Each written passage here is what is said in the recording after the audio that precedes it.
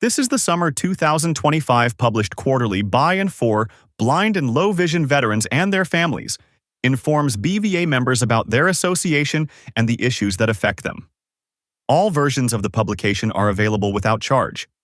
If you are not currently receiving a print version of the publication and would like to receive it, please send an email request to BVA Bulletin, the bulletin info@bva.org. The editorial staff of the Bulletin is comprised of the following: Editor, Stuart Nelson. Associate Editor, Kylie Fitzgerald. Staff writers, Dr. Vernon Humphrey, Meredith Buono de Grossa, Duane Driscoll, Lea Rowe, Michon Harrison. Design, Karen Smith. Design, Pre-Press and Printing, MT Royal Printing. BVA National Officers are President, Wade Davis, LaPorte, Texas. Vice President, Tracy Farrow, Biloxi, Mississippi. Secretary, Douglas Ingram, Tallahassee, Florida. Treasurer, Monique Statham, Penns Grove, New Jersey. Director, District 1, John O'Connell, Toms River, New Jersey. Director, District 2, Annie Dixon, North Little Rock, Arkansas. Director, District 3, Kenneth Mitchell, Atlanta, Georgia. Director, District 4, Randy Cantrell, Spokane, Washington. Sergeant-at-Arms, Brian O'Connell, Greenville, South Carolina. National Chaplain, temporarily vacant. National Ombudsman, Stephen Butler, Temple, Texas. National Judge Advocate, Stephen Butler, Temple, Texas. BVA Auxiliary Officers are President, Kenneth Witt, Fayetteville, North Carolina. Vice President, GAILWITT, Fayetteville, North Carolina. Secretary, Kathy Farrow, Biloxi, Mississippi. Treasurer, Karen Myron, St. George, Kansas. Reporter, Robert Murphy, Manhattan, Kansas. BVA National Headquarters. Employees are National Executive Director, Vernon Humphrey, Ph.D. National Development Director, Meredith Buono da Grossa. National Service Director, Duane Driscoll. National Legislative Director, Learowe. Deputy National Service Director, Marlene Davis. Lily. National Service Officer, Scott Quinlan. National Operations Director, Andrea Malmer. National Outreach Director, Teresa Galgano. National Communications Director, Stuart Nelson. National Communications Strategist, Steve Baskius. Deputy National Communications Director, Kylie Fitzgerald. National Administrative Coordinator, Michon Harrison. Webmaster, Jordan Cheesley. The Summer 2025 issue of the Bulletin contains, in sequential order, the following: President's Page by Wade Davis. Legislative Update by Lea Rowe. Executive Director's Message by Vernon Humphrey. Paul Mimms's sudden passing saddens friends and associates. BVA Convention Faithful unite, celebrate 80 years by Stuart Nelson. Challenges met, rewards reaped at Memphis Games by Michon Harrison. Travel assistance available for all adaptive sports clinics by Teresa Galgano. Honoring the Fallen Memorial Day 2025 around BVA Auxiliaries View by Kenneth Witt. Veteran Service Program Update by Duane Driscoll. The Power of Monthly Giving by Meredith Buono de Grossa. Of note, in remembrance. Final thought. 5 photos forming a collage of sorts with the descriptor Celebrations and Remembrances are included on the cover, beginning with a thumbnail photo of Paul Mimms dressed in suit, tie, and garrison cap. Next to Paul is a group shot of the New Jersey Regional Group at the National Convention with their large regional group banner draped across them. The banner contains a BVA logo, the words Blinded Veterans Association of New Jersey, and Serving Blinded Veterans Since World War II at the bottom. Below is a photo depicting 4 ladies dancing individually and far apart from one another. The setting is the BVA Gala. Left to right, They are Yonika Trent, Renee Cosby, Meechon Harrison, and Kathy Farrow. The fourth photo is a thumbnail cut of Wade Davis, dressed formally to match the Paul Mimms photo that has been placed above his. The final photo reveals an angular photo of the display foam board containing the popular BVA boot shuffle composed by Stephen Butler. The caption states, "The celebratory atmosphere that filled the Hyatt Regency Dallas during much of the BVA 81st National Convention in early summer turned to sadness only weeks later for BVA members and friends as two beloved national leaders passed away just 10 days apart." A recap of the Texas gathering and tributes to both Paul Mimms and Elizabeth Holmes highlight this issue of the Bulletin. See page 8 of this version for more information about the BVA 85th National Convention. President's Page by Wade Davis. Wade's thumbnail photo on the cover has been placed here as well and accompanies his first ever President's Page. There is no caption. The article begins, "It is with great humility that I step into my new role as BVA National President. My pledge to you is that I will be honest and transparent. With that in mind, starting in the month of September every third Thursday at 3 p.m. Eastern Time, there will be a town hall for you, our membership. The town halls are for you to have access to the board of directors to ask questions. BVA receives no federal funds. We survive on donations. Many of our corporate sponsors ask, how many of your members help support your mission? So, I ask all of you to become a BVA Visionary. The group of BVA Visionaries is a special team of loyal and dedicated supporters who make recurring monthly donations to help the organization carry out its mission in support of America's blind and low vision veterans. Your thoughtfulness in lending this support makes possible the committed and ongoing services our veterans provide to one another, free of charge, as they remain true to the recently adopted motto for Team BVA. One vision, one team, one fight. Please visit the Ways to Give page on our website. The page is located at https://bva.org/ways-to-give/. Once there, click the button labeled Become a BVA Visionary. When you donate to BVA on a recurring basis, you help to support continuously the following programs for blind and low vision veterans. BVA's Team. BVA Initiative, serving as the association's premier outreach program for blind and low vision veterans adjusting to sight loss via peer-inspired adaptive recreation activities, integrated community support, and whole health rehabilitation. These support mechanisms empower us with greater dignity, independence, and self-worth. BVA's Ambassador Program, serving as peer-inspired mentors, advocating on behalf of blind and low vision veterans, their families, and caregivers, ensuring that they receive their earned benefits and services. BVA's VetTech program, analyzing, educating, and advocating for assistive, adaptive, and accessible technologies that enhance the lives of blind and low vision veterans. BVA's Care Review program, evaluating the full continuum of care provided by the Department of Veterans Affairs, VA medical centers, thus ensuring safe, productive, and less complicated access to care for blind and low vision veterans. BVA's Claims Assistance Program, assisting blind and low vision veterans with navigating and filing their VA disability claims, helping to ensure that all blind and low vision veterans receive the benefits they have earned as a result of their service and sacrifice. BVA's Government Relations team ensures that blind and low vision veterans have their voices represented and heard before Congress and other government entities in order to better the lives of not only blind and low vision veterans but all veterans nationwide. Please make your commitment to support the programs of BVA today. Ask your family and friends as well to become BVA Visionaries. Legislative Update by Lea Rowe.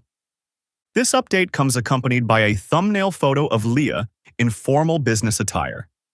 There is no caption.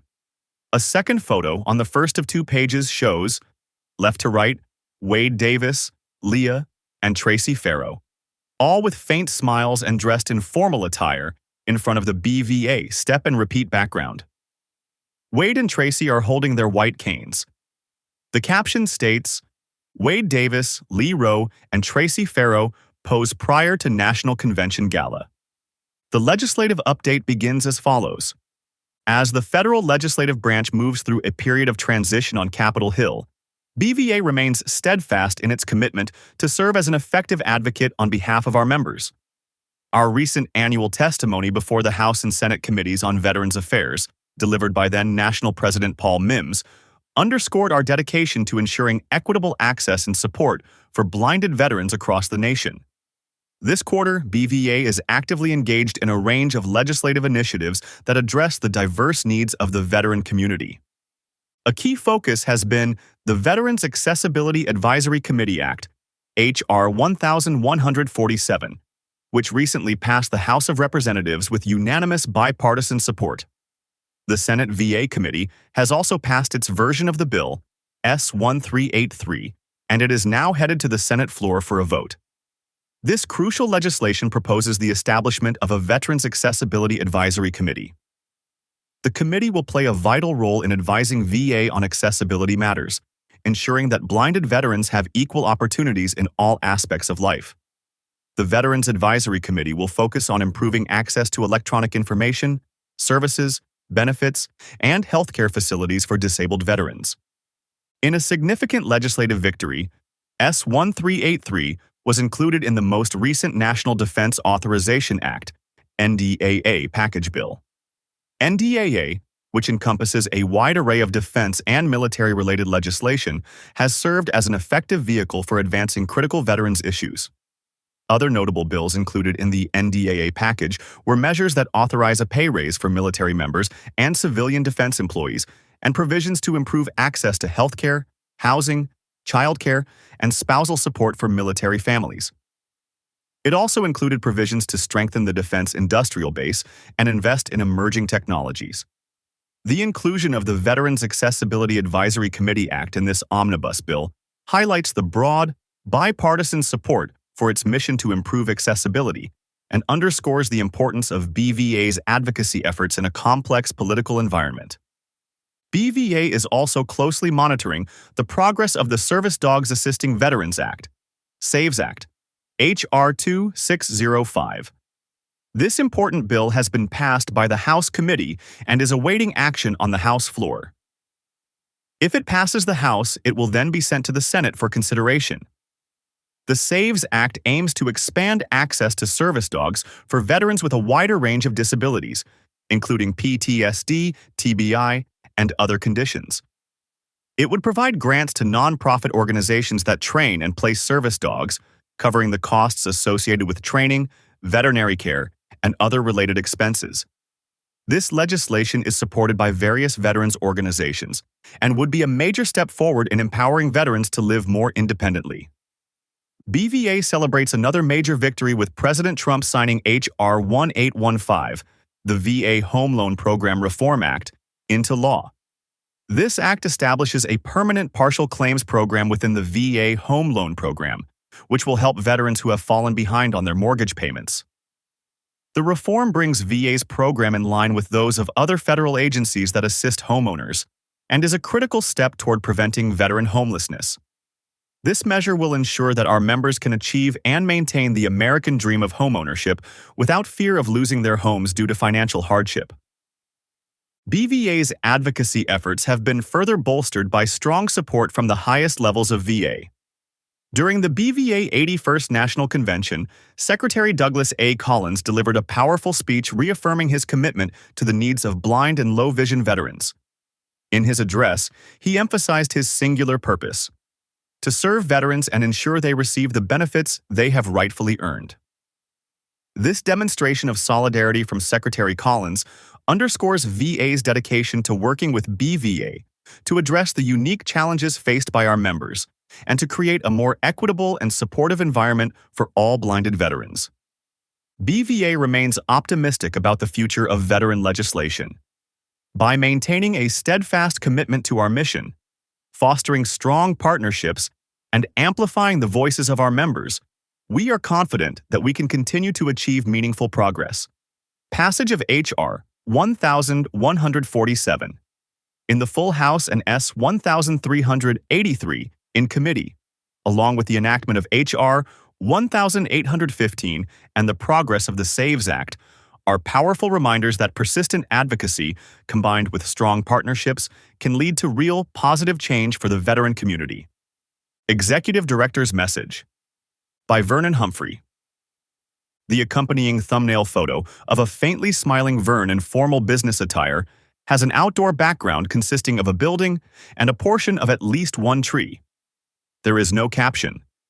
A second photo reveals Vern in a tuxedo, a service cap, name badge, and holding a portable microphone.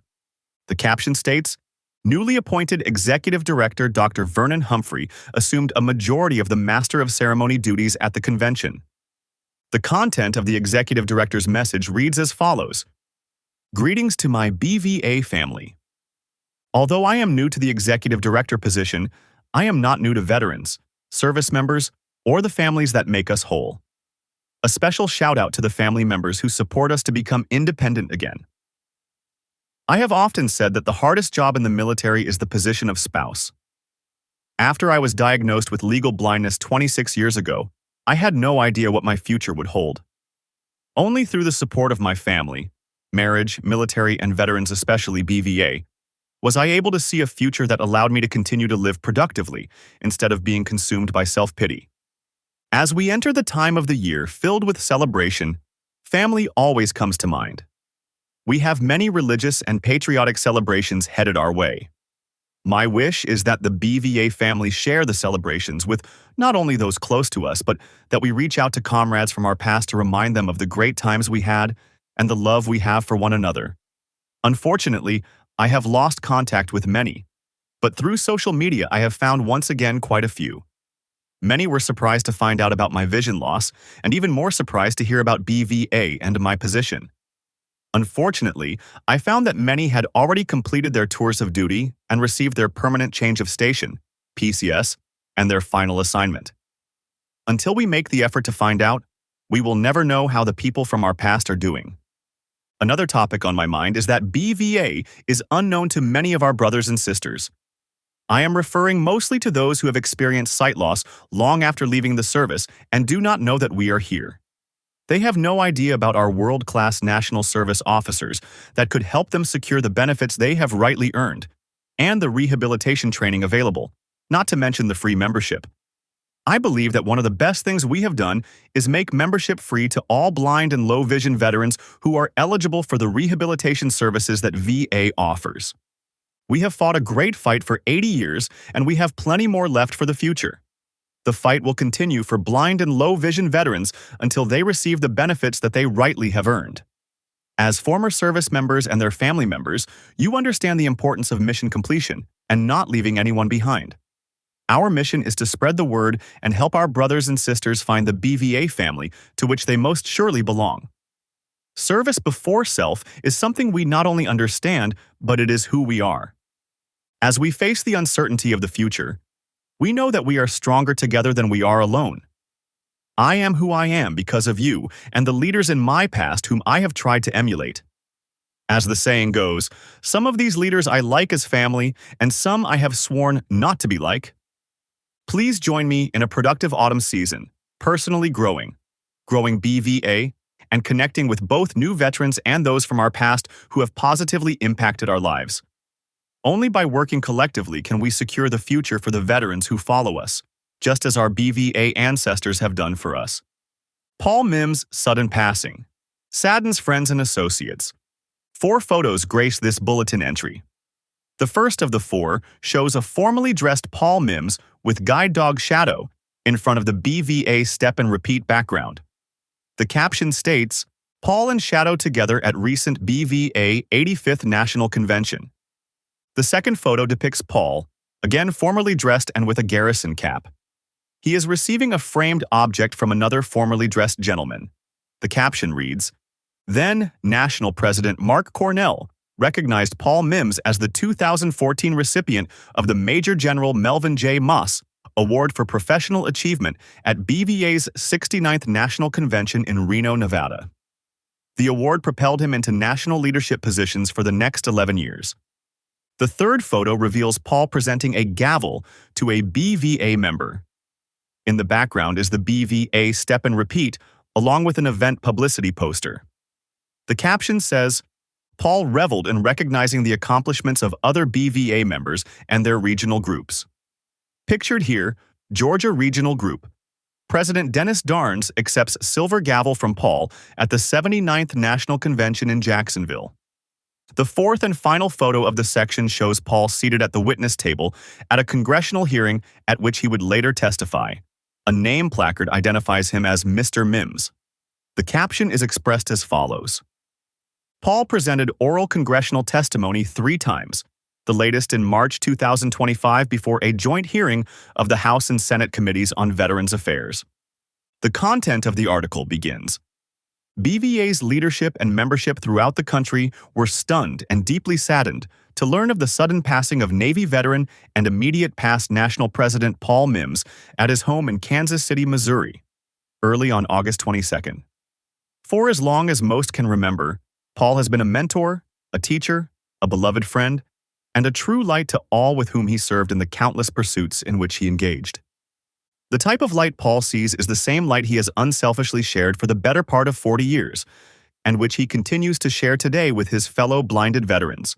A feature story of the autumn 2021 issue of the BVA Bulletin affirmed. Paul Mimms was born in Iowa City, Iowa, on March 6, 1945.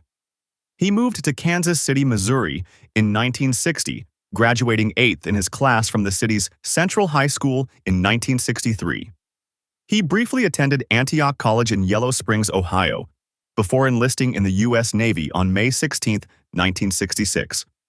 Unlike draftees of the 1960s during the Vietnam War, Paul volunteered for military service.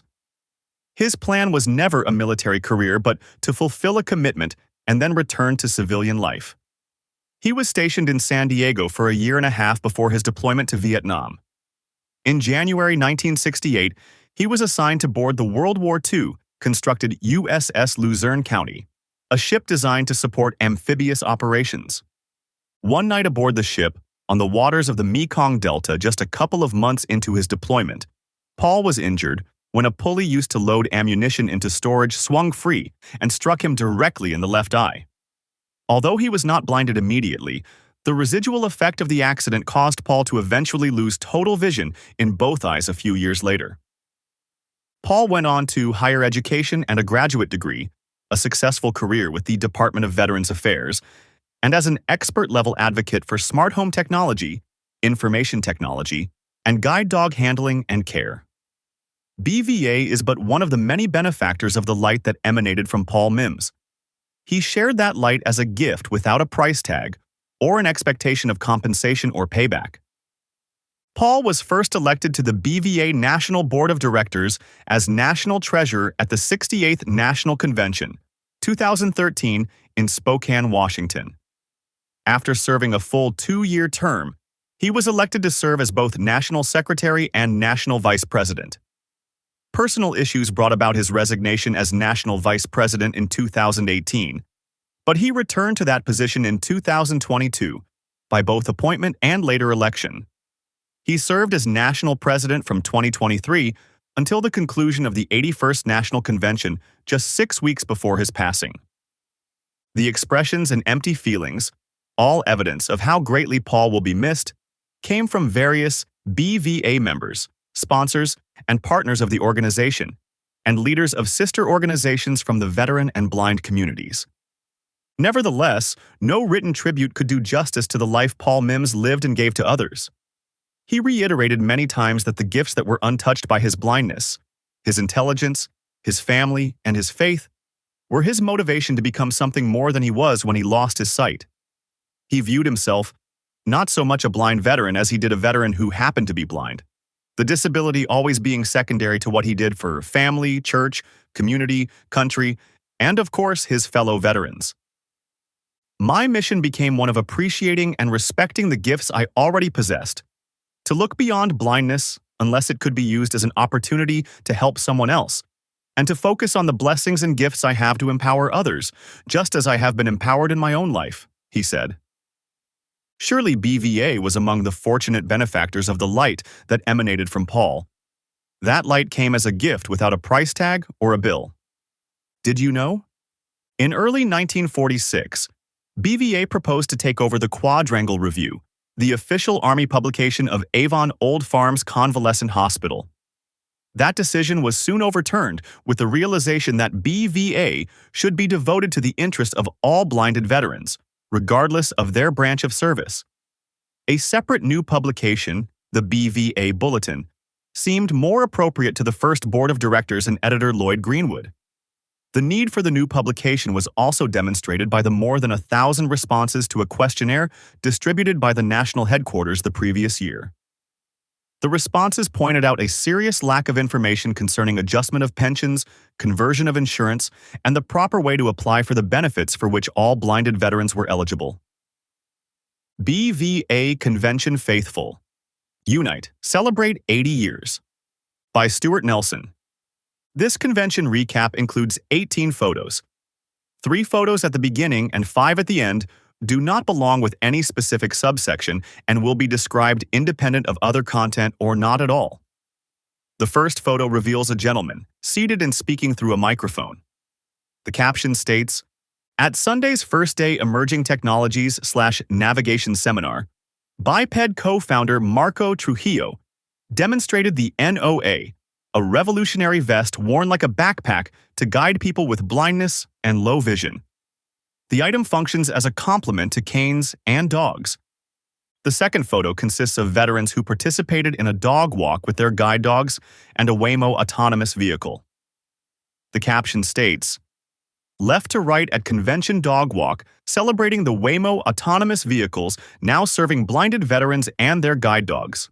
Rob Sanchez, Kent, Yannicka Trent, Kelnis, Larry Harper, Leela, Teresa Galgano, Donald, Sheldon McKinney, Nora, and Joe Bogart, Pomp."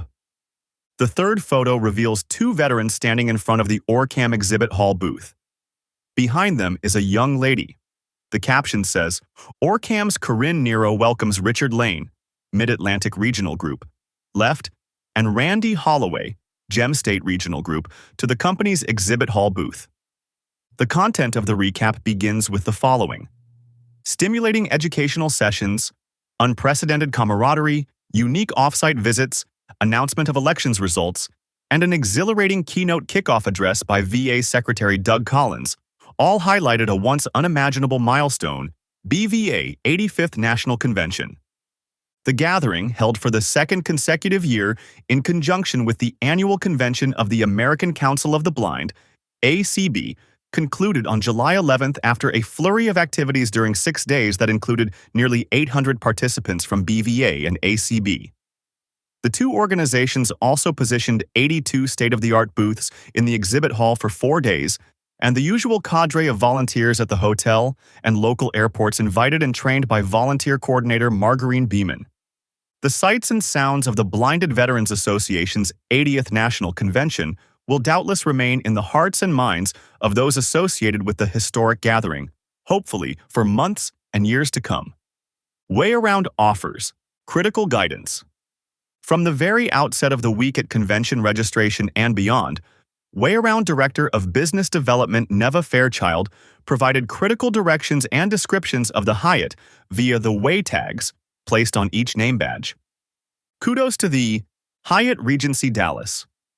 Hotel management and staff went above and beyond expectations to support BVA members and their families, staff needs, and visitors to the convention, including the strict security detail associated with Secretary Collins' Monday morning arrival and address. The hotel was professional, accommodating, and treated all like family. Throughout the week, the Hyatt Regency itself placed volunteers of its own outside 2 main floors of elevators to orient, direct, and guide BVA and ACB members to their desired meeting destinations as they exited an elevator. Thank you, generous partners and exhibitors. BVA is indebted to our corporate sponsors and exhibitors who attended the convention and made the event possible. Special thanks go to the following: Waymo, Oracle Health Sciences, Vonda Pharmaceuticals, Vispero, OrCam, American Academy of Ophthalmology, Bosma, Palmer Vision, Biped.ai, Way Around, Eschenbach, Uber, Navilens, Second Chance for Sight Foundation and Sindani Family. New Eyes. Convention registrants who signed up for the cooking seminar on July 9th met Deborah Erickson, executive chef and founder of The Blind Kitchen, and Neva Fairchild. The two shared helpful strategies, adaptive tools, and specialized knowledge with BVA blind and low vision veterans interested in cooking safely, confidently, and independently. In addition to culinary tips, attendees received a $25 gift card and weigh-around tags. A very special thanks to friends at Palmer Vision for sponsoring this event. Opening ceremony. Accompanying this subsection are two photos, one depicting a gentleman who, standing, is playing a bugle or trumpet, and the other a group photo with 16 subjects. The first caption reads, BVA Sergeant-at-Arms. Brian O'Connell performs flawless trumpet solo of National Anthem at convention's opening ceremony. The second caption describes the photo thus, VA Secretary Collins with BVA staff and board of directors following keynote address. In his keynote address without notes or script, VA Secretary Doug Collins discusses new innovations and approaches at VA that could improve delivery of services to blind and low vision veterans. Tuesday's fireside chat. An accompanying photo provides a side view of two gentlemen seated next to one another. Each has his own table microphone on a small stand. The gentleman on the right appears to be speaking. Several large flags are seen hanging in the background. The caption reads, Matt Ader, Left, and Chet Frith address current relevant issues and answer questions relating to accessibility and VA compliance with Section 508. The brief section reads, Focusing on contemporary issues of accessibility, both at VA and through modern technology, Chet J. Frith, Director, VA Office of Section 508 Compliance, and Matt Ader, Senior Vice President Vispero, offered brief introductory remarks and fielded a host of questions dealing with current challenges facing blind and low vision veterans as they attempt to navigate VA web pages and other information sources. BVA Gala. 4 photos from the gala have been included. The first shows 3 gentlemen, all with white canes, standing in the ballroom. Only one is dressed in suit coat and tie.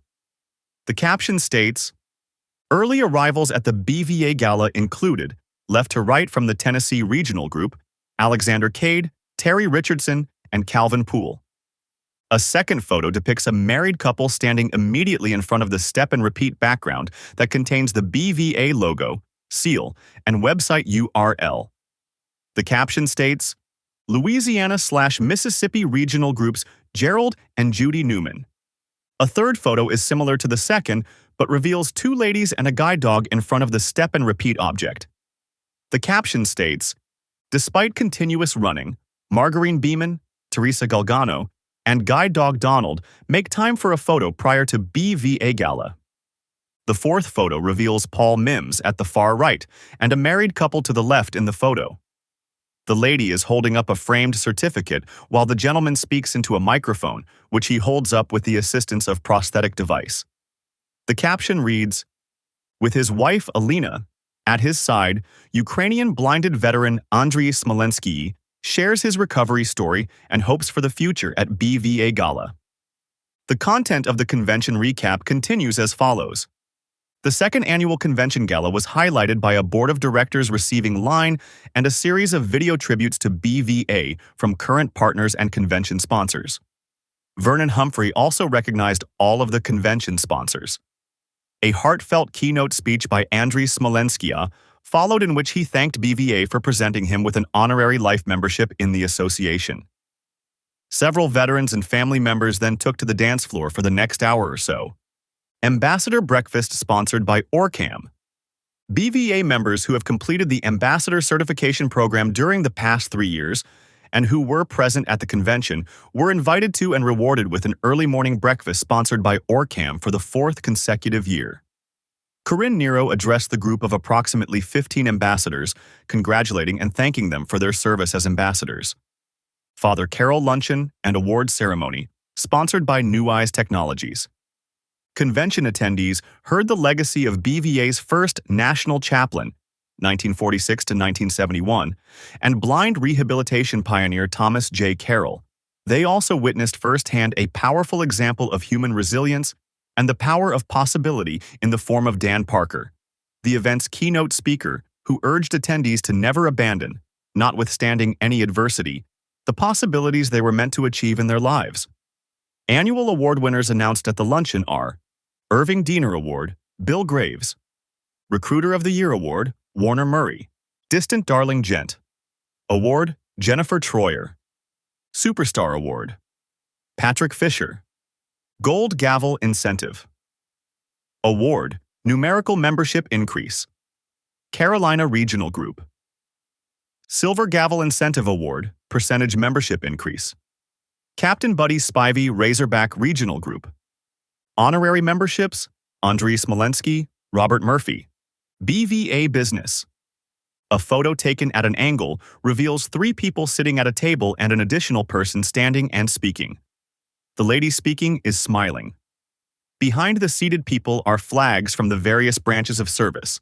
The caption says, Wade Davis and Team BVA Outreach Panel, Anthony Woodson, Sheldon McKinney, and Monique Statham. The text continues. Key association business items were conducted in the following settings. Traditional opening business meeting. Veteran Service Program. Claims Office open Sunday through Friday. Team BVA Outreach Panel consisting of Committee Chairs, Sheldon McKinney, Dog Handlers Group, Anthony Woodson, Adaptive Sports and Activities Group, and Book Club Group, and Monique Statham, Gardening Group. Learn BVA, presentation of Ambassador and Veteran Service Programs. Closing business meeting, which included the swearing-in of newly elected BVA and BVAA officers. Election results announced the election of Monique Statham as the new national treasurer and adoption of the proposed revisions to the BVA national bylaws. National President Wade Davis, Vice President Tracy Farrow, and National Secretary Doug Ingram had run unopposed for their respective offices. Recreational and instructional activities. The accompanying photo shows a gentleman seated and holding a small stuffed dog. He is wearing a hat with lettering that spells out veteran and a light jacket. His badge around the neck is in clear view, indicating that he is Enrique Sanchez. The caption states, Enrique Sanchez wins Ambassadog for correctly answering trivia question at Circle Ranch, Texas barbecue. The write-up continues. 3 off-site activities with rave reviews and 1 stimulating on-site event, all specific to BVA, occupied the otherwise free time of dozens of convention attendees.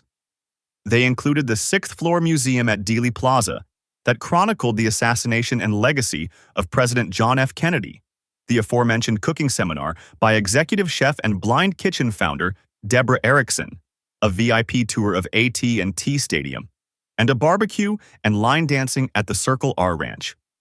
Second Chance for Site provides memorable convention trips. 2 photos enhance this section.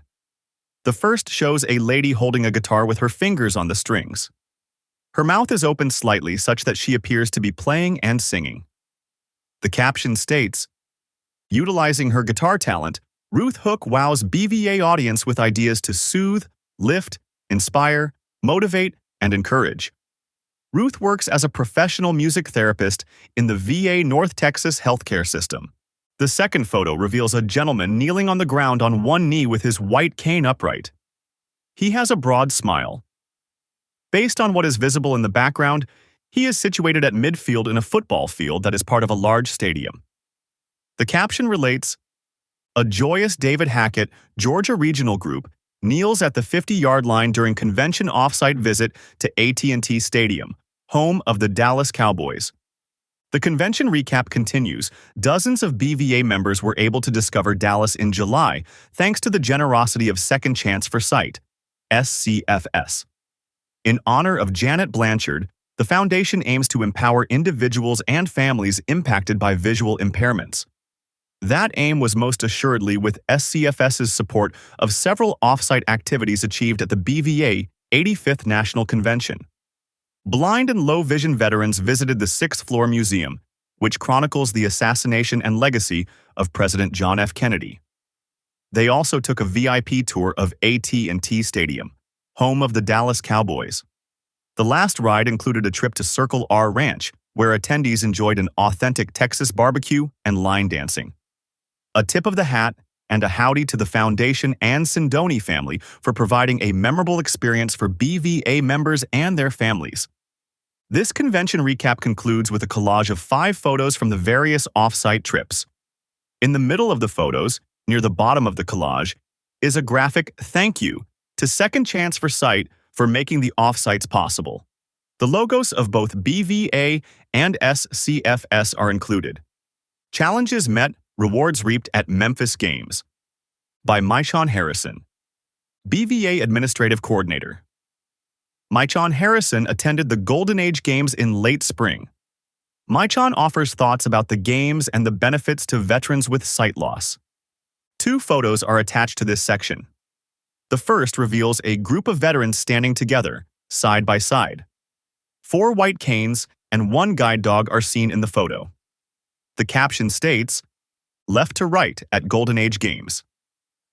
Shuffleboard competition. BVA members. Calvin Poole, Sheldon McKinney with Ambassadog Nora, Anthony Woodson, Mychon Harrison, Terry Richardson, and Gwendolyn Barr. The second photo is a side view of approximately 20 veterans seated for an instructional session in a well-lit room that appears to be a gymnasium. A gentleman, standing, is speaking in front of everyone seated. All are dressed casually or in workout attire. The caption states, "Visually impaired participants in the free throw basketball toss gather for a brief instructional session prior to competition." The brief Golden Age Games write-up reads as follows. Adaptive sports play a critical role in enhancing the lives of blind and visually impaired veterans by providing opportunities for physical activity, competition, and community engagement. These activities help veterans regain confidence, independence, and a renewed sense of purpose. Through structured programs like the National Disabled Veterans Golden Age Games, NDVGAG, veterans can challenge their limits in a supportive environment. For those who have experienced vision loss, adaptive sports can become a gateway to physical health and mental well-being, empowering them to continue living active, fulfilling lives. NDVGAG, held May 30th to June 6th, 2025 in Memphis, Tennessee, was a landmark event that underscored the value of adaptive sports.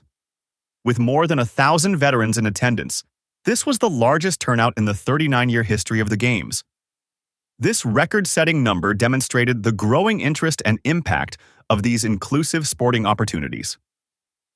Originally, about 100 blind and low-vision veterans registered to participate this year, a testament to the increasing awareness and accessibility of adaptive sports. However, around 33% canceled prior to the event, highlighting the ongoing need to address barriers to participation such as transportation, confidence, or lack of awareness. Despite these challenges, blind and visually impaired veterans were successfully integrated into various sports, including cornhole, boccia, shuffleboard, basketball free throws, horseshoes, air rifle, fishing, swimming, power walk, and archery. In addition, fishing, bowling, kayaking, and powerlifting, bench press and deadlift, exhibitions provided inclusive experiences for all. These sports are more than just physical activities. They are also vehicles for social connection, mental healing, and personal growth. Increasing the number of low vision and blind participants, particularly women and veterans aged 55 to 64, is essential to fostering a more dynamic and representative competition field. It also ensures that these veterans do not have to compete solely among themselves, but can engage more broadly across classifications.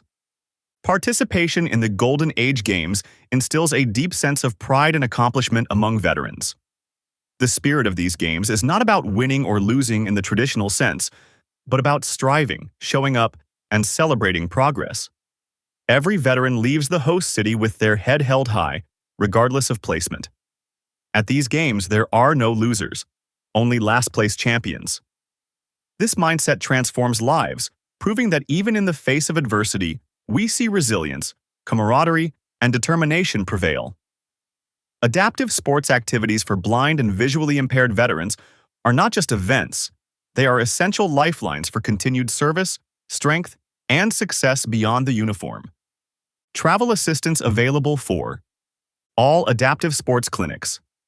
By Teresa Galgano. A photo accompanies this section.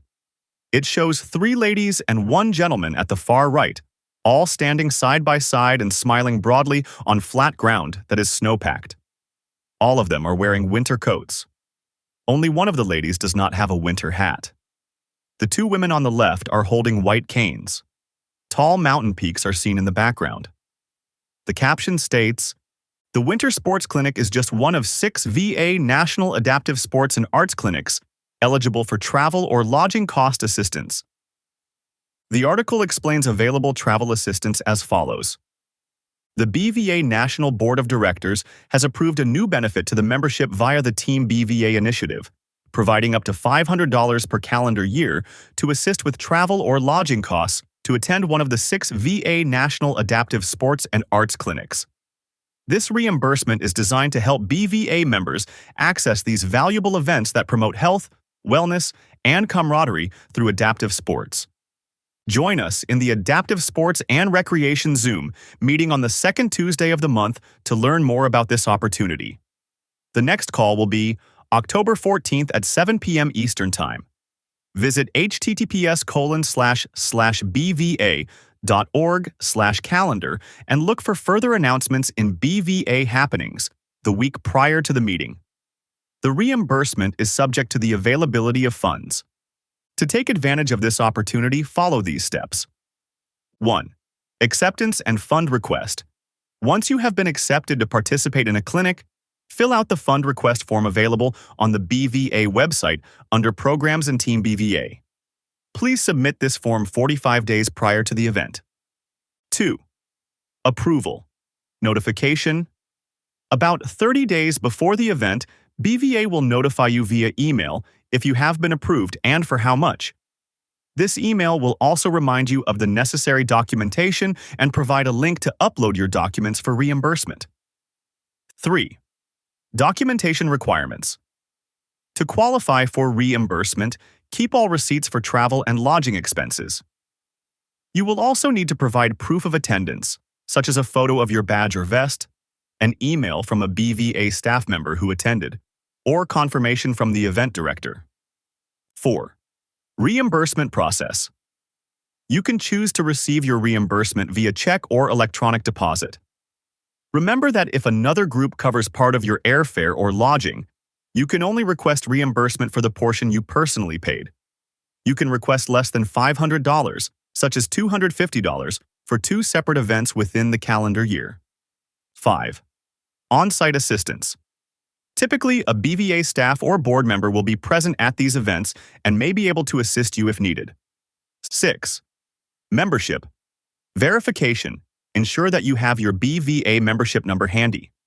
It is required to complete the forms.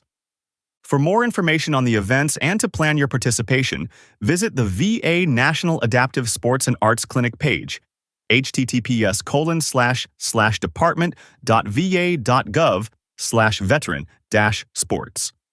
All eligible BVA members should take advantage of this opportunity and participate in these transformative clinics. Your involvement not only enhances your personal growth but also strengthens our community. If you have any questions or need further assistance, please contact us at membership@bva.org. Honoring the Fallen Memorial Day 2025. 2 photos accompany this report of events that date back to Memorial Day. The first of the 2 reveals BVA's Arlington National Cemetery flag team. The lady on the left is with the U.S. flag, and the gentleman on the far right is holding the BVA flag. The formally dressed man in the middle, a religious pastor for the man on the right, is holding up a miniature U.S. flag. The caption states, "Michonne Harrison, Stan Wright, and Lawrence Harrison are primed and ready to participate in the procession of flags at annual Memorial Day ceremony at Arlington National Cemetery." A second photo provides a glimpse into the wreath laying following the ceremony. Carrying the wreath are Paul Mimms, Vernon Humphrey, Michonne, and Lawrence. The caption states, "Moving in sync one step at a time with guide dog Shadow, BVA wreath layers make their way toward the honor guard to present wreath at Tomb of the Unknown Soldier. The day's events are summarized as follows. Memorial Day 2025 brought BVA members throughout the country to a remembrance of the heroism of those who made the ultimate sacrifice of their lives in defense of the nation's freedoms and way of life. Many paid their respects privately while others participated in public events near the nation's capital and in the Deep South. At Arlington National Cemetery, only 7 miles from BVA National Headquarters, National President Paul Mimms and newly appointed National Executive Director Dr. Vernon Humphrey represented BVA in the presentation of an organizational wreath to members of the 3rd U.S. Infantry Regiment, also known as the Old Guard, at the Tomb of the Unknown Soldier immediately following the 157th Memorial Day observance in the adjacent Memorial Amphitheater. The two were assisted by Lawrence Harrison and National Administrative Coordinator Michonne Harrison, no relation to one another but both members of the BVA Mid-Atlantic Regional Group, who reside in Washington, D.C. and Central Virginia, respectively.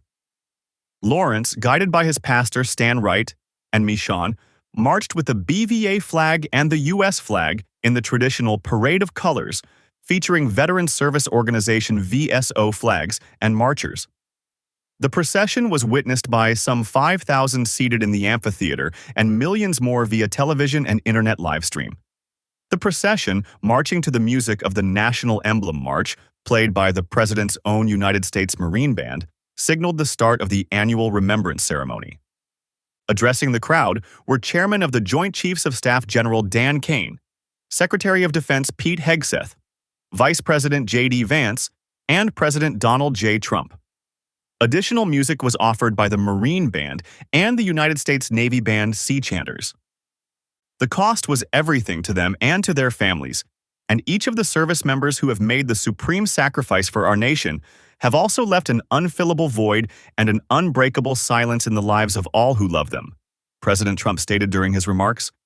For the families of the fallen, you feel the absence of your heroes every day.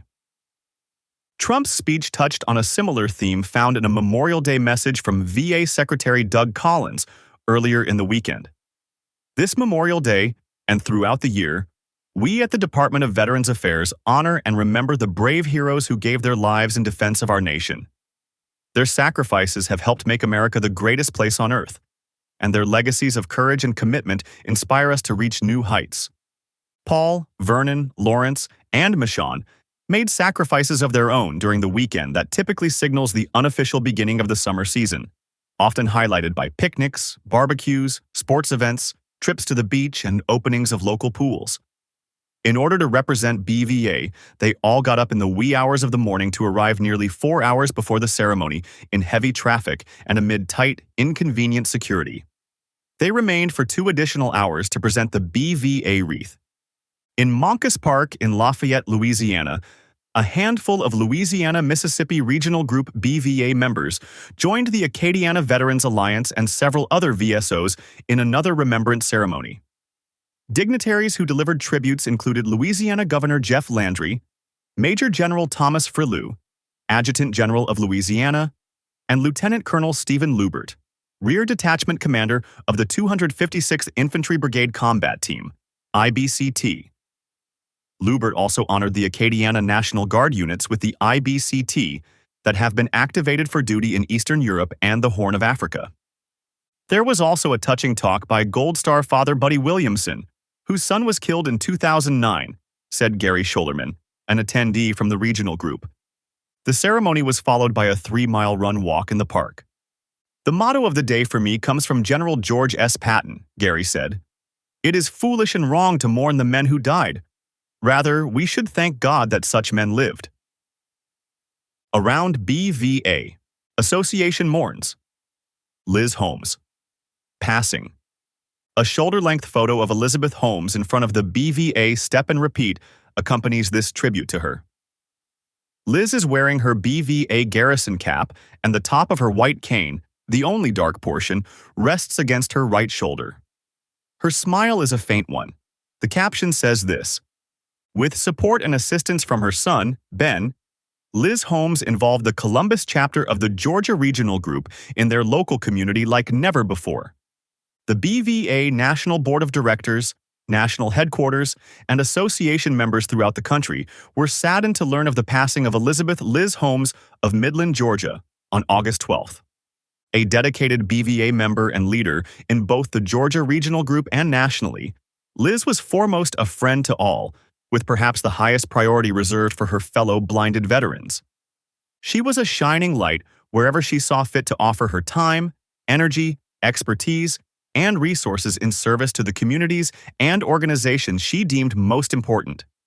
She brightened the lives of others as she went about creating new service opportunities for herself and others, then executing them flawlessly. Captain Elizabeth Colunga.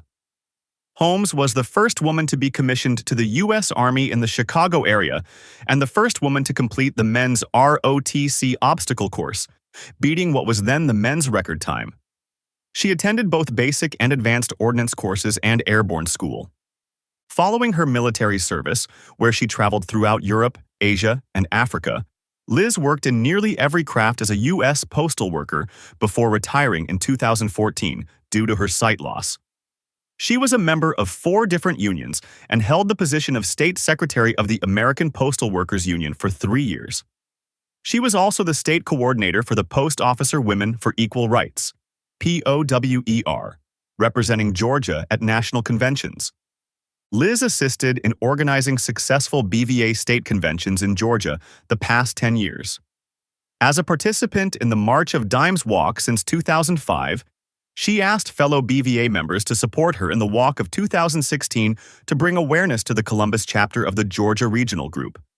In 2019, she was elected BVA National Treasurer and in 2021, National Secretary. Liz served on the Mayor's Commission for People with Disabilities, playing a major role in the expansion of transportation routes and accessibility in the greater Columbus, Georgia area. Liz is survived by her daughter Bianca and son Ben, the latter of whom is well known to BVA members for his service as a BVA National Auxiliary Officer for 9 years and who never left his mother's side throughout 5 weeks of hospitalization. Also surviving Liz is her granddaughter Scarlett.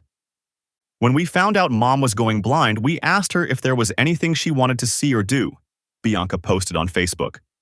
She told us that she had already seen and done so much and not to worry. She never wanted to be the center of attention, but she demanded respect and stood up for what was right. Funeral services for Liz were held on August 19th at the McMullen Funeral Home in Columbus, Georgia. 2026 BVA Ambassadog Calendar. Coming in October, a graphic highlighting the new 2026 calendar is included. The image confirms that it is indeed the Ambassadog Calendar of 2026. There are 2 photos of individual dogs with no one near them, but also 4 photos with veterans and dogs together. At the top of the image is a younger-looking lady with her dog and the BVA logo at the upper far right. There is no accompanying caption. The calendar announcement reads, BVA, in partnership with Large Print Calendar, OQ2X, and Waymo, is pleased to offer the 2026 13-month BVA Ambassadog Calendar Planner once again this year. This Possum calendar features BVA Ambassadog teams, programs and services provided to blind and low-vision veterans, military and federal holidays, and many more features. This year's calendar is dedicated in memory of Paul Mimms, immediate past national president and guide dog Shadow. The concept of BVA Ambassadogs was inspired by the success of the Ambassadog Scoop series in BVA Happenings, as well as the Dog Handler Interest Group, which meets monthly via Zoom. BVA Ambassadogs, guide and service dogs, provide independence, companionship, and enhanced mobility for our blind and low-vision veterans. Although BVA dog handlers are not certified experts, they celebrate the life-changing impact these furry friends have on the BVA membership. Those interested in purchasing this accessible gem should visit the BVA store at bva.org. For bulk orders of 10 or more, please contact Meredith Buono de Grossa at mbbuonodegrossa@bva.org. Request white cane. Outreach materials. A stick figure rectangular graphic of an individual using a white cane accompanies this entry. Against a black background, the cane user appears in gray, while both the cane and the lettering in White Cane Safety Day are totally white. There is no additional caption accompanying the graphic. The entry reads, "In 1964, the U.S. Congress approved a resolution authorizing the President of the United States to issue annually a proclamation designating October 15 as National White Cane Safety Day." President Lyndon B. Johnson was the signer of the resolution and the first U.S. president to issue a proclamation. Although President Barack Obama renamed the day Blind Americans Equality Day in his 2011 proclamation and subsequent proclamations, some still prefer and use the White Cane Safety Day designation. Often with support and assistance from VA Visual Impairment Services Team, VIST coordinators, and other VA blind rehabilitation staff, many BVA regional groups and individual members have hosted their own White Cane Day events and activities during the past 20 years. Because October is also Blind Awareness Month, such activities are not required to be scheduled on precisely October 15th. They can be carried out on another day that is convenient for the planners or organizations hosting the event. BVA National Headquarters will send White Cane Day materials, a limited number of brochures, pens in the color and shape of a white cane, and cards that simulate the different causes of blindness to those planning a White Cane Day event. Also available are extra copies of past issues of the BVA Bulletin and one-page handouts relating to the history of White Cane Day and what to do when in proximity of a blind person. Please send requests with an ideal number of items to be received to info@bva.org or call 202-371-8880, extension 316. Please allow 24 to 48 hours to receive a response and approximately 5 business days to receive the materials. Stay abreast of Visions of BVA. The usual Visions of BVA. Graphic accompanies this entry, consisting of the BVA logo, an image of a microphone, and the words Visions of BVA, all in a small square on the page next to the blurb. There are no captions. The entry begins. Visions of BVA is a deep dive into the inspiring stories of the organization and its members, accounts of resilience, and the achievements of blind and low vision veterans. Each episode features interviews, discussions on life-changing technology, and glimpses into the BVA community. Included in the series is each issue of the Bulletin.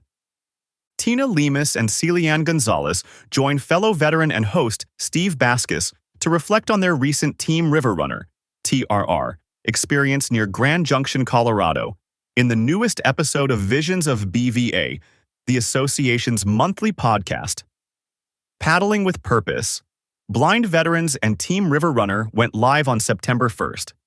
Steve, Tina, and Celianne, TRR staff and a veteran herself, together share personal stories of overcoming fear, building trust, and rediscovering confidence through adaptive paddling.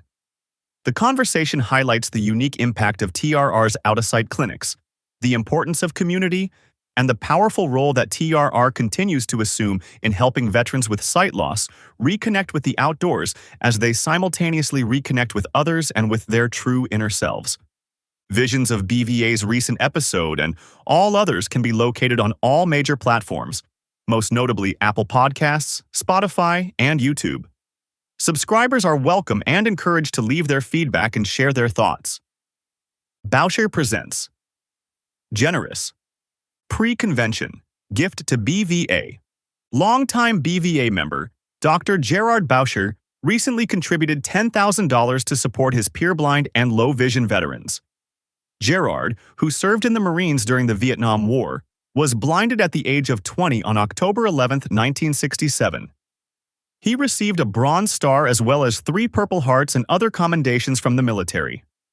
After his discharge from the Marines and his long stint in VA blind rehabilitation that was typical of the 1970s, Gerard continued his studies, earning multiple degrees in higher education, among them paralegal certificate, master's degree in rehabilitation counseling in 2001, and a PhD in sociology in May of 2017. Gerard has been an advocate for the disabled, blind, and elderly. As a valued member of the Blinded Veterans Association for more than 54 years, one of his many noteworthy opportunities to serve nationally came when he was appointed by then National President General Ricard Fezzikerley as the National Sergeant-at-Arms from 1995 to 1997. On behalf of the entire association, especially members past and present with whom he has served so effectively, the Bulletin thanks Dr. Gerard Boucher for his generosity and commitment to his fellow veterans. VA News features BVA member for unique harmonica talent. Veteran finds healing with a harmonica is the headline for a blurb in a recent edition of VA News about David Jones, a BVA member and ambassador from Ottawa, Tennessee. The piece describes his connection with BVA and his self-taught proficiency with the harmonica that has led him to participate in this year's VA National Veterans Creative Arts Festival.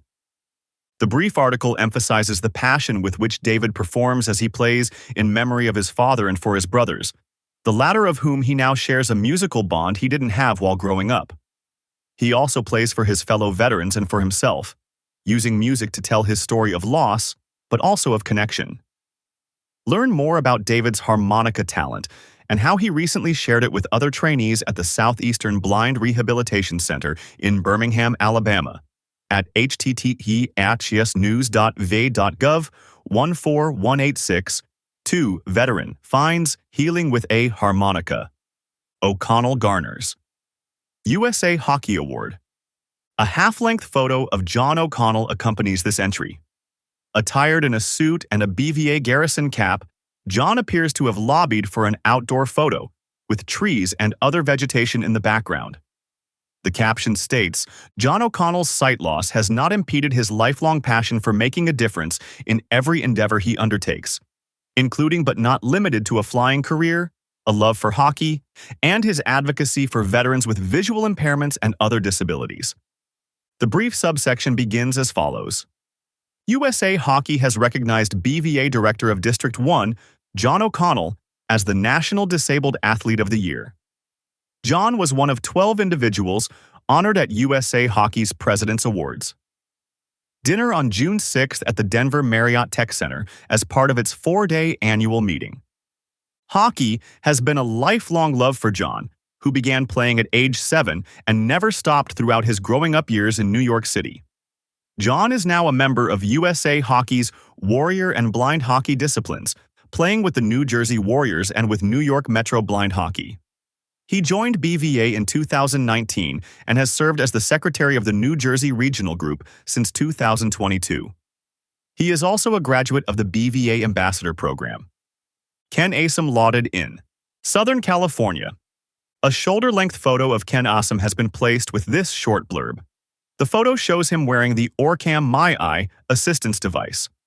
An accompanying caption reads, Dedicated to helping all BVA members improve their quality of life, Ken Asom demonstrated effective use of the OrCam My Eye during a BVA technology webinar, one of many acts of service leading to a well-deserved certificate of appreciation.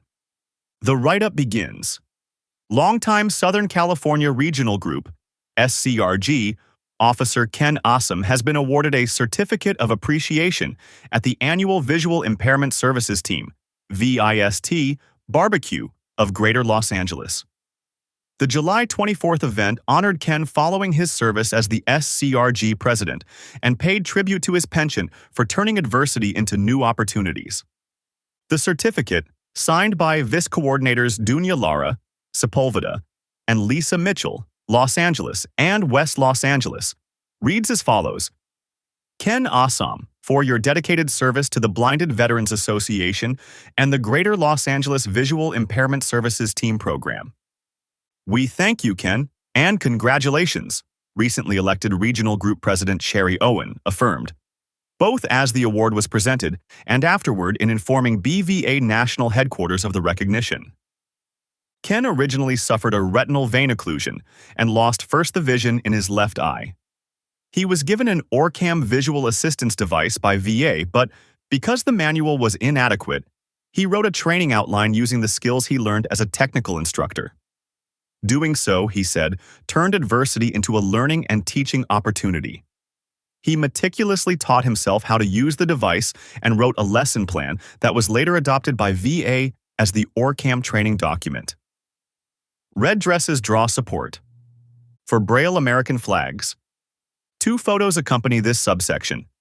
In the first, 2 ladies in dresses, one in a straw hat and the other a baseball cap, pose with broad smiles in what appears to be a park or plaza, shaded from a bright summer morning by an abundance of trees. The lady on the left is holding a white cane.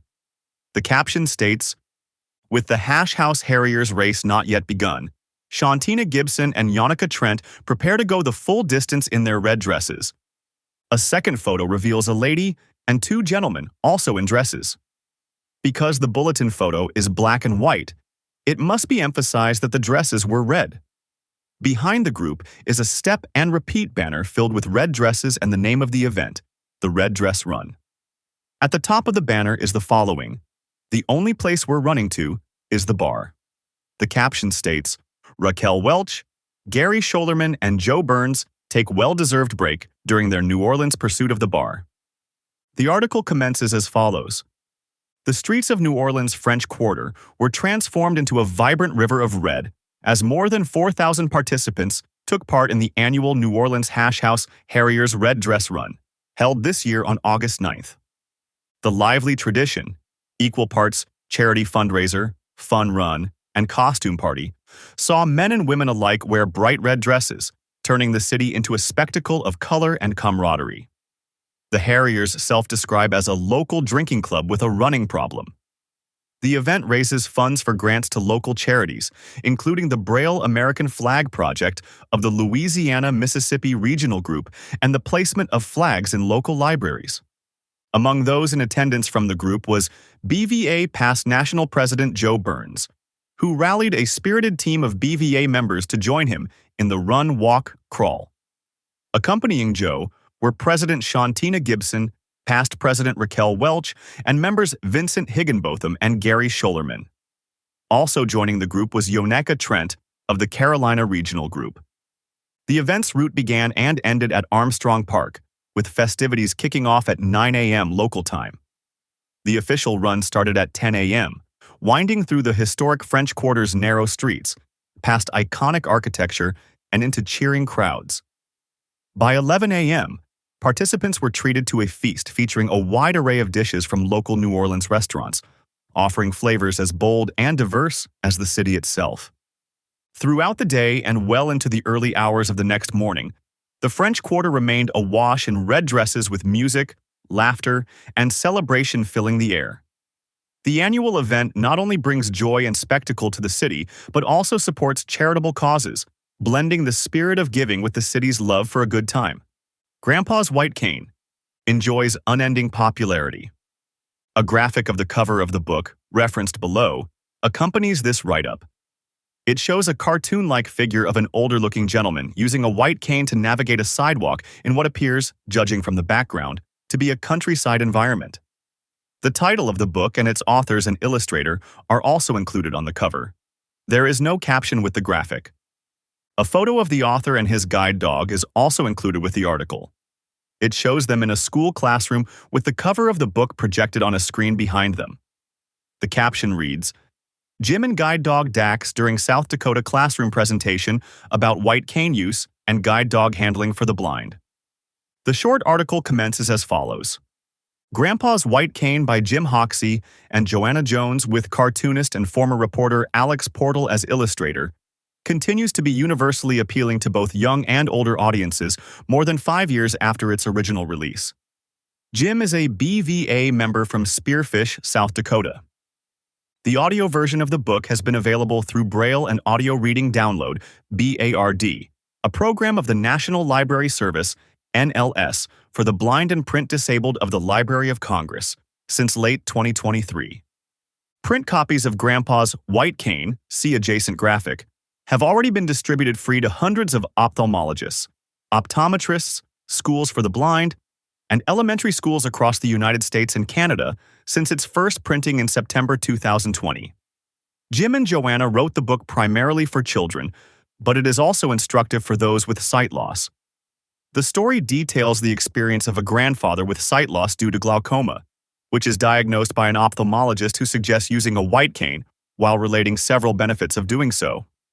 Shortly after the diagnosis, because of his status as a veteran of the U.S. military, Grandpa attends the VA Central Blind Rehabilitation Center in Hines, Illinois, where he regains his confidence to live independently. He receives training in orientation and mobility with a white cane, relearns how to engage in activities of daily living and communication, and is provided with manual skills training for hobbies and household repair. Accompanied by his guide dog Dax, who supplements the help he receives from his cane, Jim demonstrates use of the white cane at scores of South Dakota schools. Did you know? Perusal of 80 years of the BVA Bulletin reveals the unique and improbable achievements of members of the Blinded Veterans Association that could fill a very long list. One such example from the past is Dr. Walter Stromer, whom legendary Philadelphia Phillies announcer of 38 years, 1971 to 2009, credited with putting him on the path to radio. In his class, I recall him encouraging me to pursue a career in broadcasting when he commented, "With your voice, you could get a job in radio."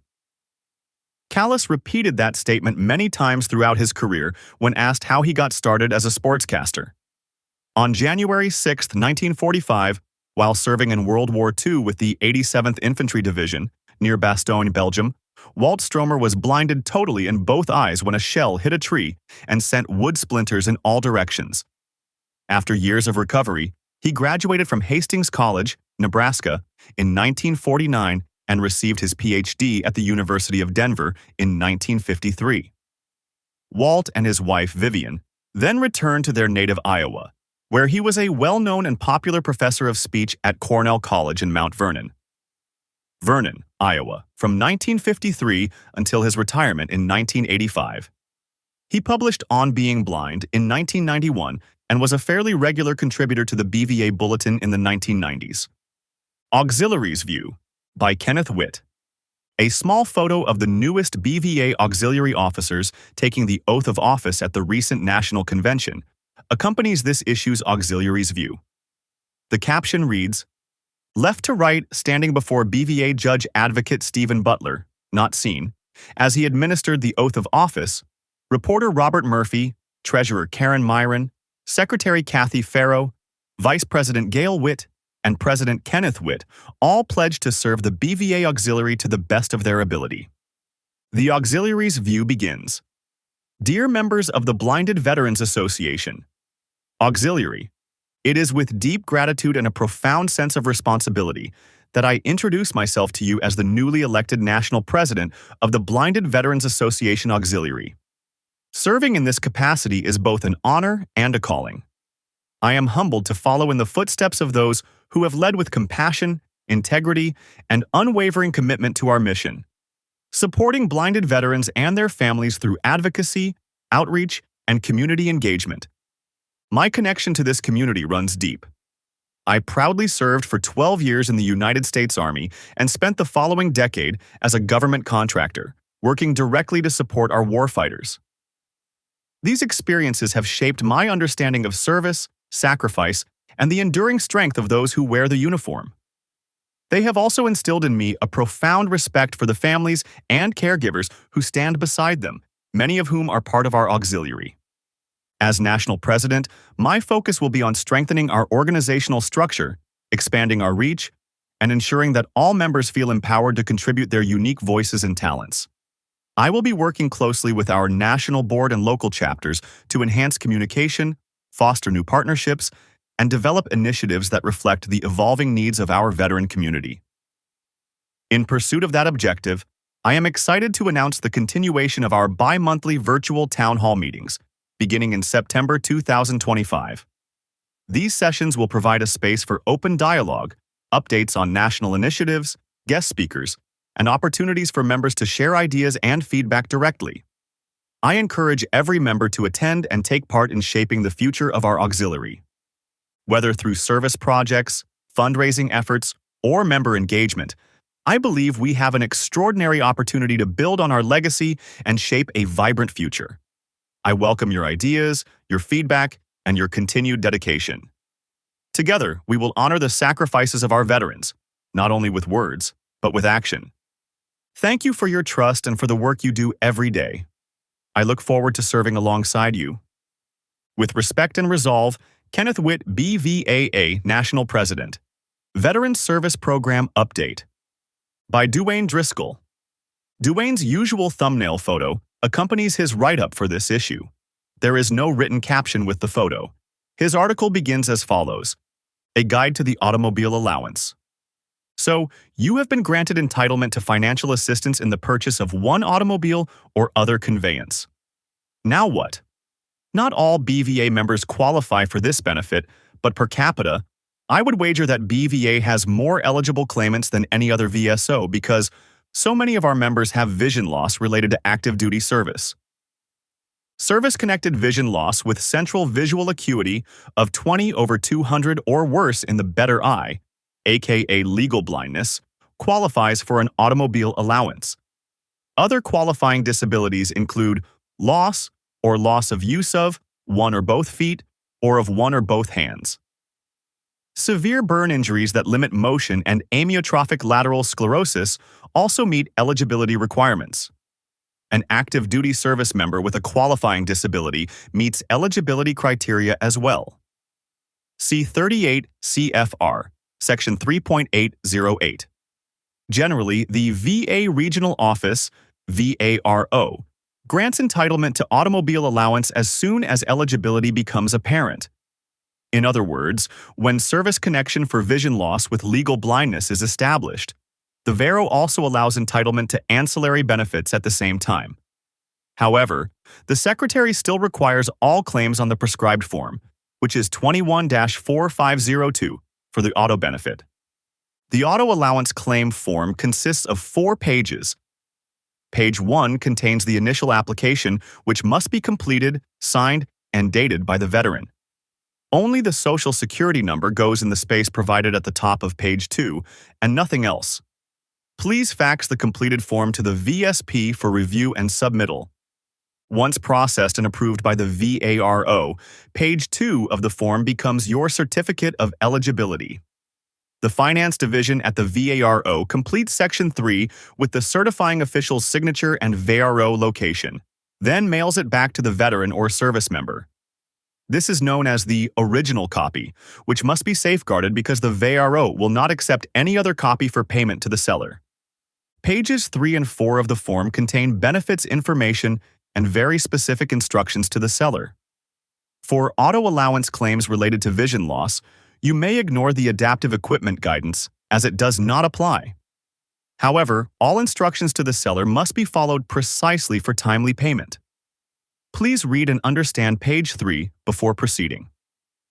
When you are ready to make the purchase, take the original certified form to the dealership and purchase a vehicle. With the dealer's assistance, complete Section 4 on page 2 of the form with vehicle and seller information. Answer no to questions 30A and 30B as appropriate. Be sure to sign and date in blocks 33A and 33B. You must receive delivery of the vehicle at this point, and this is a deal breaker. If the seller does not agree, you may need to find a different dealership. I would confirm delivery with the seller before putting their information on the original form because, again, copies are not accepted and it is difficult to get another one. Then, per the instructions on page 4, the seller mails or sends via an express overnight service, UPS FedEx, the original 21-4502 form with an itemized invoice to the VARO shown in Item 23, Section 3, Attention Financial Division. The balance due on the invoice should be at least equal to the amount of the grant in most cases. The VARO then pays the seller directly by check, usually within 2 weeks. Any deviation from the instructions will result in delay. Some key takeaways for auto allowance usage. Read all of the instructions on page 3 of the 21-4502 form and ask the seller to do the same before writing anything on the original certificate of eligibility. VA will pay only the seller. Do not purchase a vehicle until you have received the certificate of eligibility. VA will not provide reimbursement if you pay any other way. VA will accept only the original certificate of eligibility. Faxed, scanned, emailed, or electronic copies are not accepted. Keep the original safe. It is not easy to get another original copy.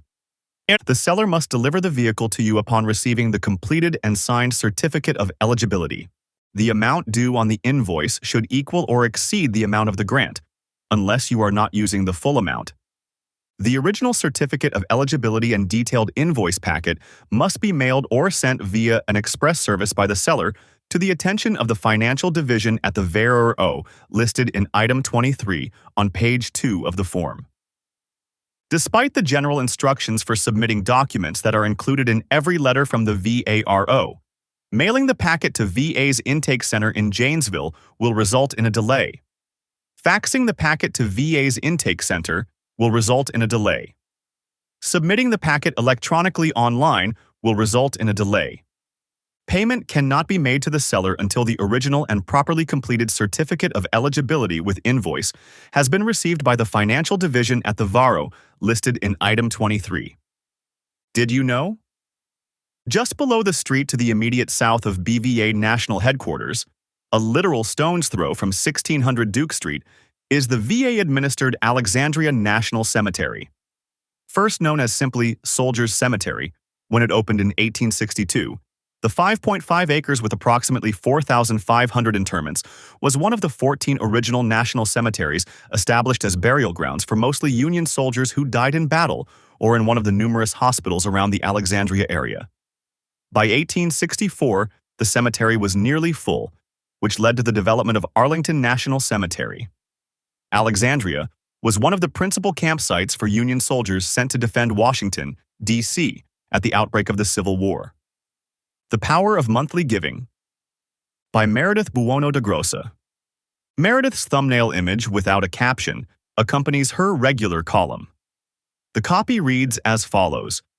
The year 2025 marks 80 years that BVA has carried out its mission of providing advocacy, programs, services, and benefits to blinded veterans, their families, and caregivers. As the organization continues to thrive, we are appreciative of the continued and future support that will help sustain the organization and carry us into the future. As the National Development Director, my focus has always been on securing revenue, stewarding strong partnerships, and building creative marketing strategies that not only tell a powerful story, but also bring awareness to the organization.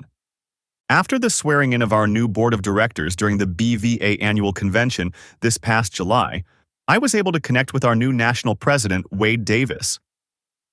I was thrilled to learn that one of his priorities mirrored mine, increasing our monthly donors who we refer to as BVA Visionaries. Here is a non-profit secret.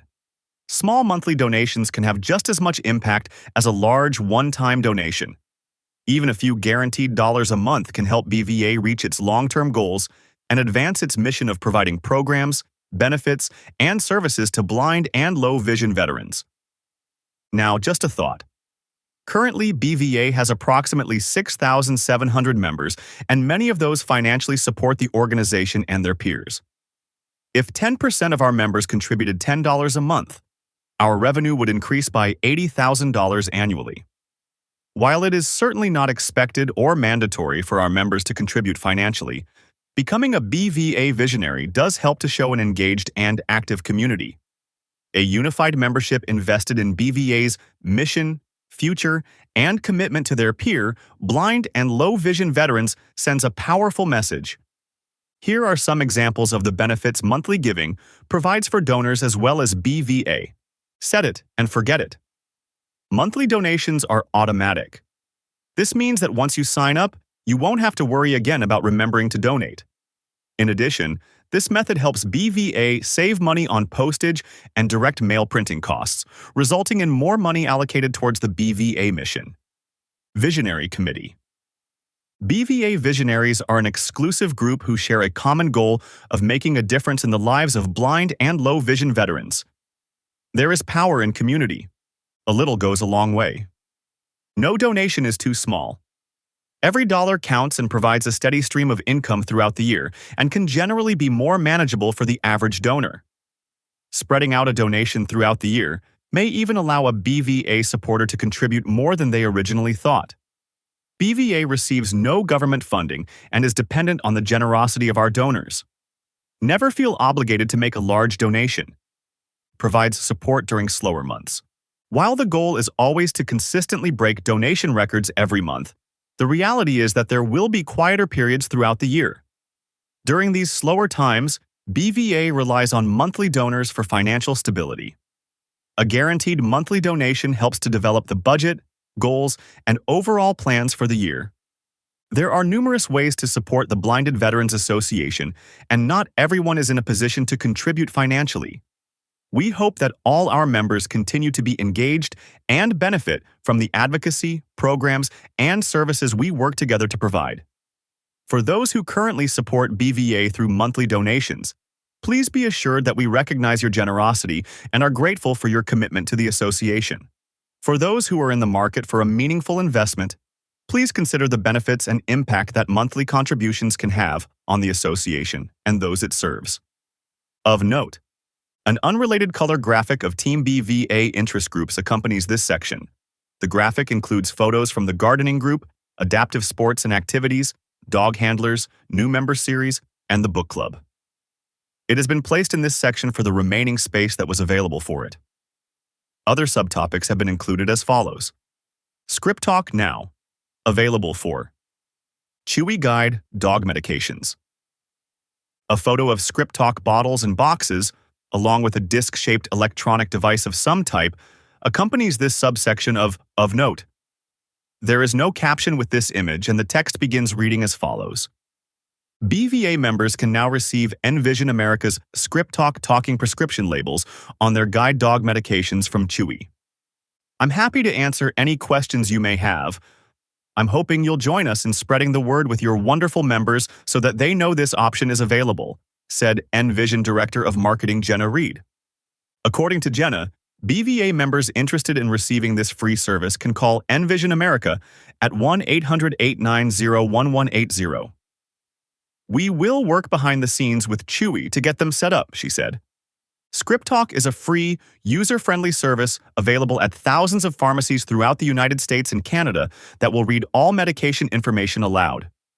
It has also been available to blinded veterans through VA Blind Rehabilitation Service for the better part of 2 decades. The first pilot testing of Script Talk occurred with veterans at the Central Blind Rehabilitation Center at Hines in 2004. In the United States alone, the Food and Drug Administration estimates that about 1.3 million people are harmed by medication errors each year. For those who cannot read their medication labels, talking prescription labels have been a godsend to ensuring medication safety and adherence. Traveling with peace of mind using VHIC as Real ID at TSA checkpoints. BVA Director of Outreach Teresa Galgano offers relevant points about air travel that came to her attention as she began to advise association members planning to fly in and out of Dallas for the convention this past July. An image of a fictional veteran's health identification card has been included.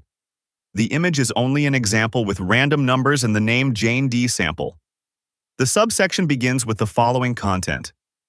It is important to know that your veteran's health identification card, VHIC, can serve as a valid form of ID at Transportation Security Administration (TSA) checkpoints at airports. This is particularly beneficial for those who no longer have a driver's license or who have not obtained a state identification card of any kind. A VHIC is recognized by TSA as an acceptable form of identification for domestic air travel. This means that you can use your VHIC to clear security. By using your VHIC, you can travel with confidence, knowing you have a valid form of identification that meets TSA requirements. Key points to remember. Importance of expiration date. Before you travel, ensure that your VHIC is current and has not expired. An expired card will not be accepted at TSA checkpoints. Benefits of using VHIC. For many veterans, the VHIC is a practical alternative to a driver's license or state ID, especially if those documents are not available. It provides a hassle-free way to verify your identity when traveling. Additional resources. For more information on obtaining or renewing your VHIC, visit https://vaa.gov/healthcare/gethealth-ID card. To understand more about TSA's identification requirements, check out their security screening guidelines at https://www.tsa.gov/travel/security-screening/identification. NIH identifies brain circuits critical to visual acuity. Remarkable recent research results at the National Institutes of Health, NIH, reported in a June 4, 2025 news release, have revealed the specific brain circuits that are vital to visual acuity. The research also identified how such pathways are affected by damaged retinal cells, going beyond the study of vision therapies that replace or repair damaged cells in the eye. Targeting these circuits suggests significant implications for the development of vision restoration therapies and optimizing the recovery of visual function in the future. The release also referred to an article in a recent edition of the Journal of Neuroscience that supported the findings of the research. New book describes low vision challenges, breakthrough technology aids. A graphic illustration of the cover of the book, Low Vision Matters, accompanies this subsection. The cover reveals a one-sentence descriptor below the title on the cover. The descriptor states that the book is a practical guide to living with low vision and blindness. The subsection begins, some 120,000 U.S. veterans are legally blind and approximately 1.1 million are low vision. Estimates from VA Blind Rehabilitation Service, BRS, reveal. All who meet the criteria for low vision are now eligible for both VA services and BVA membership. The remaining millions of Americans confronting low vision are not able to access VA rehabilitation programs and the technology that comes with these programs, or they may be low vision veterans who are unaware of the benefits they have earned as a result of their service. Both groups will find resource material in Low Vision Matters by Laura J. Stevens, MSCI, and Tom Blackman, MHA. The book was published by Square One Publishers. Two parts divide the book. In Part 1, Stevens, a resident of Lafayette, Indiana, focuses on the day-to-day activities that low vision has affected in her own life. Safety in her home, mobility outside the home, handling of finances, or dealing with home entertainment systems and the seemingly easy, everyday tasks that were once so simple. Turning on a light switch, cooking, reading, driving, shopping, starting a dishwasher, or reaching a friend by phone. In an extensive resources section in Part 2, vision therapist Blackman provides a comprehensive guide to all aids and equipment now available to people with sight loss. They will include a few aids that are already available through VA prosthetics and sensory aids, and others that may not be. Stevens and Blackman provide the hope and optimism that are vital to good mental health, offering relevance to the oft-heard phrase in BVA circles that there is life after blindness and low vision. CMS VA form partnership to recover funds in the millions. VA and the Centers for Medicare and Medicaid Services, CMS, could recoup up to $106 million, thanks to a newly created relationship that has discovered thousands of instances in which both agencies have been billed for the same healthcare treatment over the past 3 years. Some 5.9 million veterans are enrolled in both VA healthcare and Medicare, with both paying for a variety of services from third-party providers. There was no previous system in place to prevent and uncover double billing. Read the July 22 statements about the partnership from both VA Secretary Doug Collins and CMS Administrator Dr. Mehmet Oz at https://news.voa.gov press room YAV-AC CMS partner to identify and recover $106 million in duplicate billing. Getting veterans off streets.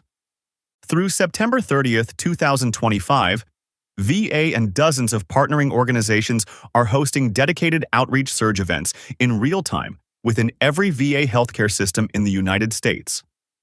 The objective is to move more than 20,000 veterans into permanent housing. During these events, veterans are approached wherever they are, in encampments, on the streets, in the woods, under bridges, to offer them immediate enrollment in using programs, healthcare, behavioral health services, and VA benefits. Dedicated outreach events are 1 to 3 day efforts in which all community outreach teams engage with unsheltered veterans to connect them, almost on the spot, to housing resources. The initiative, originating with senior VA leadership under the new presidential administration, requires at least 1 dedicated outreach surge event by the end of September. Unsheltered homelessness refers to people sleeping outdoors in public places, such as the aforementioned, or others not meant for habitation, such as motor vehicles, tents, or abandoned buildings. These unacceptable locations are in contrast with sheltered homelessness, where people live in emergency shelters or other temporary settings. People experiencing unsheltered homelessness have more significant health issues than those who are sheltered and struggle to access healthcare and essential medical supplies, including health records, documents, and medications. Moreover, many also lack basic hygiene resources, causing them to face a greater risk of contracting infectious diseases. In remembrance, Alabama R.G. Donald Blackburn, Charles Davidson, Billy Jackson, Richard Lee, John Miles, Robert Mixon, Clifford Powell, Alton Thompson, James Thornton, Arkansas R.G. William Joplin, Carolina R.G. Vance McGee, David Stackhouse, Florida R.G. Wilfred Brower, Richard Cooley, Ronald Deidelbaum, Vincent DeLillo, Walter Graham, Albert Graves, Richard Johnson, Carmen Vasquez Rivera, Robert Worm, Gem State R.G. Arthur Aberg, Georgia R.G. Charles Alexander, Elizabeth Holmes, Dennis Mayer, Fred Miller, Jerry Orr, Greater Houston, R.G. Paul Rambo, Heartland R.G. Dayton Beasley, Eugene Lang, Paul Mimms, Howard Raby, Arthur Weber, Illinois, R.G. Dallas Kidd, Louisiana/Mississippi, R.G. James Carana, Paul Shannon, Michigan, R.G. Carl Dorrance, Joseph Frederick, Francis Haynes, Midwest North, R.G. Stephen Anderson, Terrence Howard, New Jersey, R.G. Thomas Irwin, New Mexico, R.G. Lawrence Hutchins, New York, R.G. Reno Miles, James Ridges, Albert Wilson, Ohio, R.G. Joseph Gramuglia, Pennsylvania, R.G. Milton Cochran, Michael Hegarty, Kenneth Klein, Sherman McIntyre, Georg Meisenhelder, David Young, Puerto Rico, R.G. Andres Alvarado Vasquez, R.I. and S.I. Mas, R.G. Gaetano Faroni, San Diego, R.G. Manuel Suarez, Emilio Virata, Southern California, R.G. Nissim Israel, Jane Jeffries, William Marr, Joan Moffett, Darwin Niles, Willie Williams, South Texas, R.G. George Kruger, Gerard Valdez, Spokane Inland Empire, R.G. Wesley Ackerman, Eugene Buria, Tennessee, R.G. Marshall Pierce, Joel Williams, Utah, R.G. Carl Ebert, Washington, R.G. Anton Bina, Martin Murray, at large. BVA members, no regional group affiliation. Robert Absher, Stephen Bricknell, John Byrne, Arthur Carrillo, Paul Elner, Raymond Harmer, Joe Hewitt, Gerald Nelson, Herman Polk, Richard Sliney, Alexandria Swyka, Emery Weaver, Otto Werner, Wallace White. Final thought. This issue's final thought highlights a couple posing for a photo in front of the same step and repeat background used so frequently at the National Convention. Both husband and wife are formally dressed and wearing their convention name badges. The final thought of this issue is the following. Had there been an award for the most photogenic couple at the BVA 81st National Convention, Greater Houston Regional Group President Armstead Chambers and his wife, Layla, would have been one among several other finalists amid some stiff competition. However, both Armstead and Layla also spread their influence in many other ways. Pictured here at the convention gala, Armstead and Layla have a reputation for planning meaningful activities and performing creative, dedicated acts of service for blinded veterans with no expectation of reward or recognition. In early July, that history followed them across Texas from Greater Houston to the Hyatt Regency Dallas. Layla, in particular, saved the day more than once as a key volunteer in the convention staff volunteer office throughout the convention week, assisting with assembling convention bags, registering veterans and their guests, putting together display banners, and much more. Thank you, Armstead and Layla, for your kind hearts and example of selfless service.